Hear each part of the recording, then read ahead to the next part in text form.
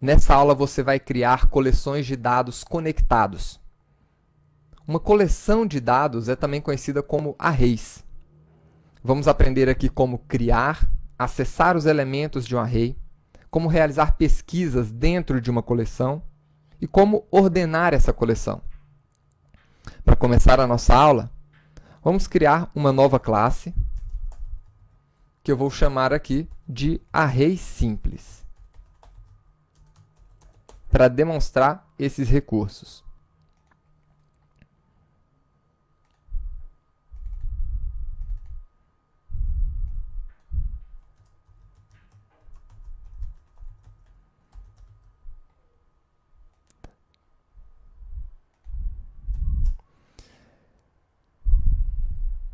Sempre crie as suas classes. Evite copiar e colar de um outro código-fonte.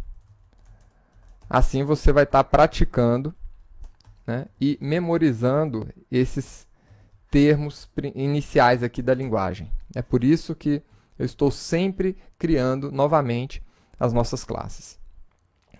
Então, imagine a seguinte situação. Você tem um conjunto de valores aqui, Brasil, Rússia,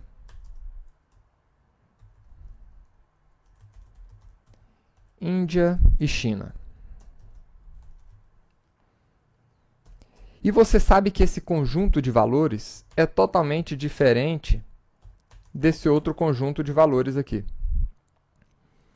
Um grupo representa uma lista de países. Um outro grupo representa a lista de números ímpares. Então, claramente, esses dois conjuntos são grupos de informações semelhantes que estão, né, cada um desses valores estão conectados entre si. E esses aqui estão conectados com nesse outro grupo. Então, o que acontece? Como é que nós podemos fazer esses valores estarem conectados uns com os outros? Utilizando o conhecimento que a gente já obteve, a gente poderia pensar em fazer a seguinte coisa.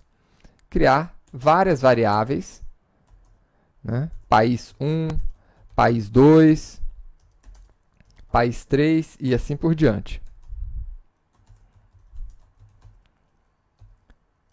Só que apenas o programador irá entender, né, e isso de forma visual, que essas variáveis estão de alguma forma conectadas. Para você fazer isso em nível de programa, existe o recurso dos arrays. Os arrays, eles são conjuntos indexados de informação. O que é isso? Primeiro, como é que nós criamos um conjunto? Eu defino o tipo do meu conjunto, né, o tipo do meu array, e na frente dele, chaves. Eu abro e fecho as chaves para informar. Isso daqui é um array de strings, ou seja, um grupo de strings armazenados aqui na minha variável país. Ou, se você preferir, países, porque é uma coleção de países. E existe a sua inicialização. Você pode inicializar a sua variável de países de várias maneiras. Uma, através de chaves, você já pode colocar todos os valores da sua lista aqui dentro. Então, dessa forma, nós criamos e inicializamos o nosso array de países. Agora, dentro dessa coleção, cada um desses valores recebe uma posição. País, o Brasil está na posição 0, a Rússia está na posição 1, a Índia na posição 2 e a China na posição 3. Essa relação chave-valor, a gente dá o nome aqui de indexação. Nós estamos indexando o valor com uma chave, que a gente também pode chamar de índice. E o índice nas nossas coleções, nos nossos arrays, começa sempre na posição 0.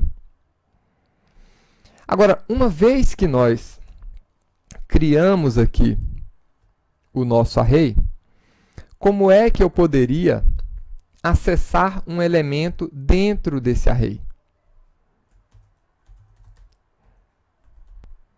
Para acessar um elemento do array, você chama a sua variável, países, e define entre colchetes a posição. Então, a posição 0. Na posição 0, nós temos o Brasil. Então, vamos imprimir aqui essa posição.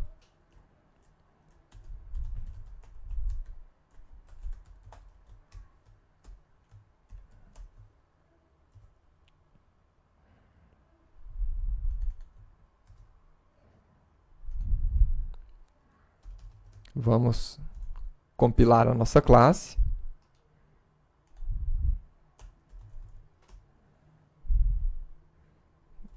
E agora, executar. Está aí. Na posição 0, eu tenho o Brasil. E como é que eu posso alterar um elemento que está nessa posição? Simples. Na posição. Então, vamos aqui. Na posição 0, o valor, que era Brasil, passa a ser Brasil com Z.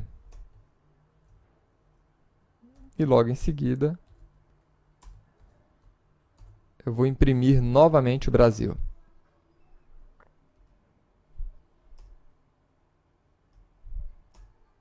Tá aí. Então, é dessa forma que nós acessamos um elemento que está dentro do nosso array. Agora, existem outras maneiras de se inicializar o array. Imagine aquele array de números ímpares. Então, eu tenho aqui os números no meu tipo primitivo. Então, eu estou criando um array de inteiros chamado ímpares. E eu vou inicializar esse array dessa maneira. A inicialização do meu array sempre requer o número de posições que eu tenho no meu array. Então, vou começar esse array com 5 posições. E agora sim, para cada uma daquelas posições, eu vou colocar um valor. Então, na posição 0, vamos colocar o valor 1. Na posição 1, o valor 3. Na posição 2, o valor 4. Aliás, o valor 5, só números ímpares. Aqui 7 e aqui 9. Então, tá aí. Essa é uma outra forma de inicializar os seus arrays. Agora, percebam, nós podemos ter arrays de objetos e arrays de tipos primitivos. E independente se é um array de objeto ou se é de um tipo primitivo, quando eu for inicializar ele indicando o número de posições, eu sempre inicializo com a palavra-chave new. Agora, e se por um acaso eu quiser descobrir quantas posições tem o meu array?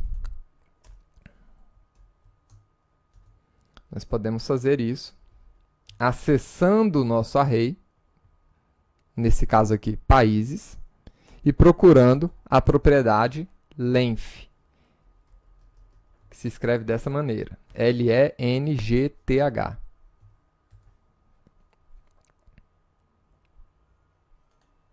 Vamos ver aqui. Então, o nosso array de países tem 4 elementos.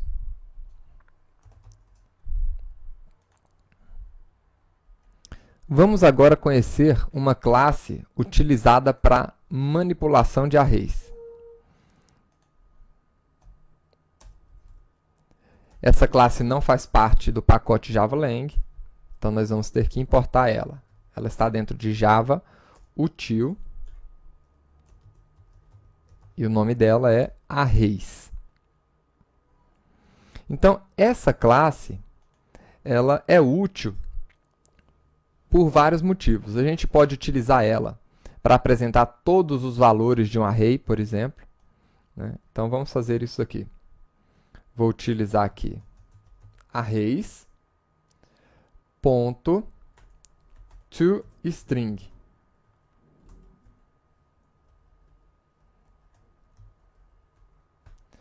Esse método toString, ele recebe um parâmetro, que é exatamente o array que você deseja apresentar. Então, que você deseja que ele transforme em uma string.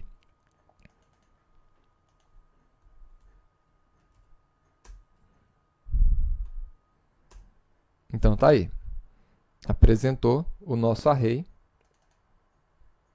Vou tirar aqui esses acentos para ele apresentar de uma maneira mais amigável para a gente. Então tá aí, Brasil, Rússia, Índia e China.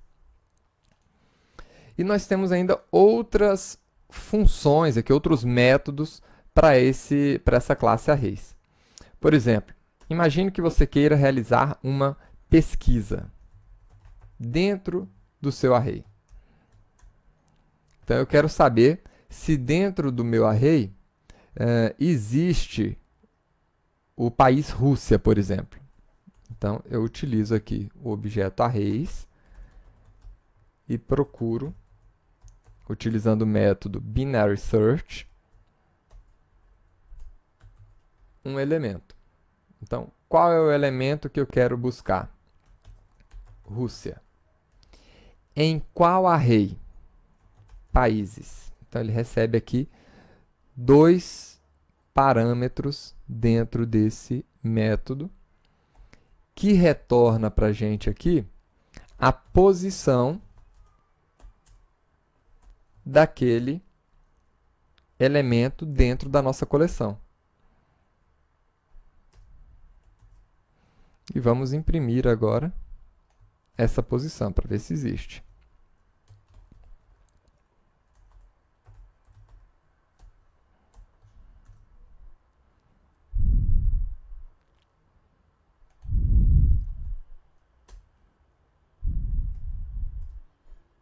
Tá aí. Então, a Rússia está na posição 1. Lembrem-se que a indexação começa de 0, 1, 2, 3.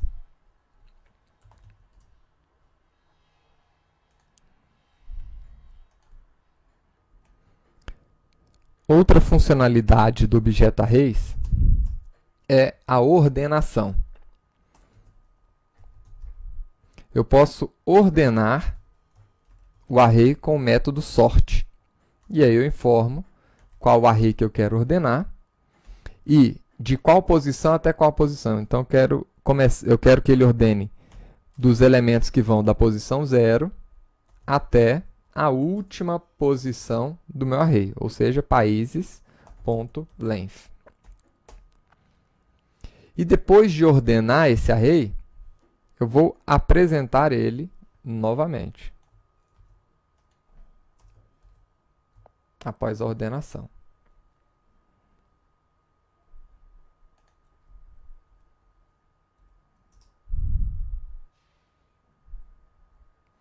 Opa! O nome da classe é arrays.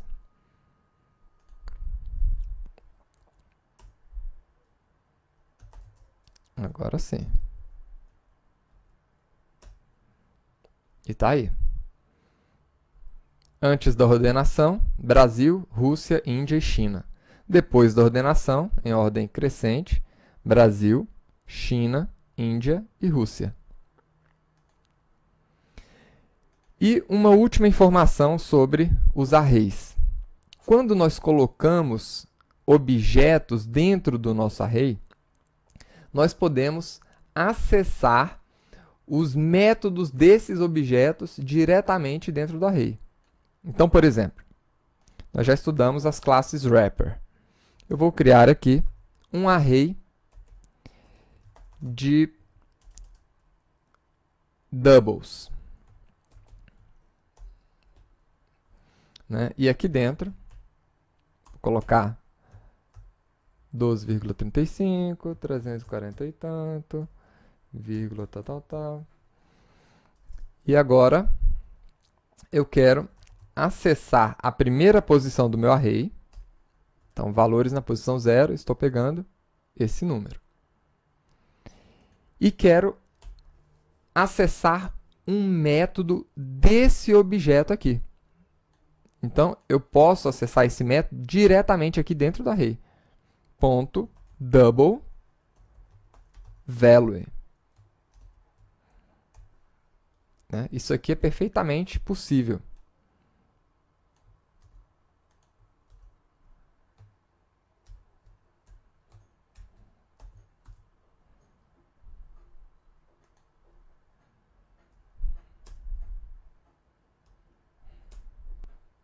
Então, tá aí.